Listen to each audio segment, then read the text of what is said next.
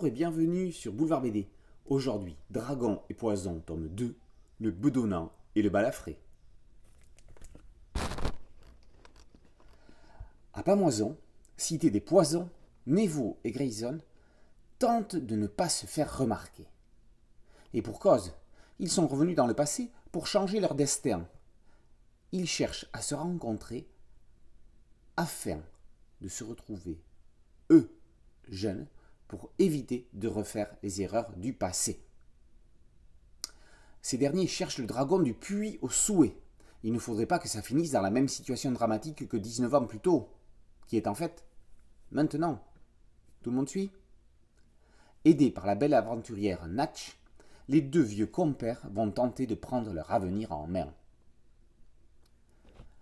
Jeune et con, chantait Damien XVI. La définition sied bien à nos deux héros, bien que couillon soit plus approprié.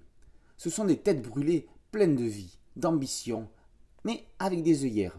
Ils se croient invincibles, comme des héros d'Heroic Fantasy. Mais tiens, Isabelle Botian joue avec le genre. On le croyait éculé, mais il en a encore sous le coude. La scénariste est en train de devenir l'une des valeurs sûres de la bande dessinée, dans des styles divers et variés. Elle fait le grand écart entre autres, dans les cuisines de l'histoire et l'adaptation des Chroniques de San Francisco.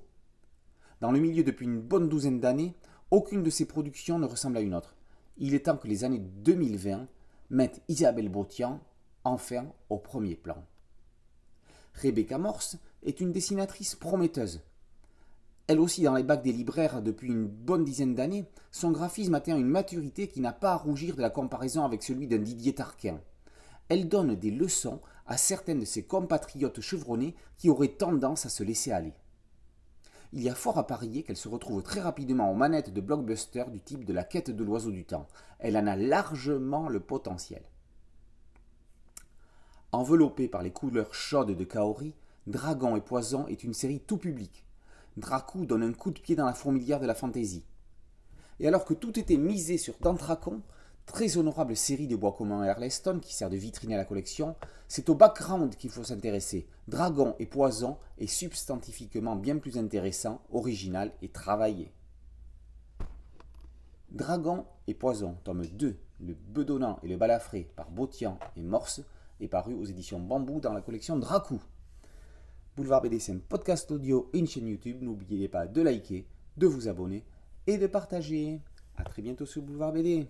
Ciao.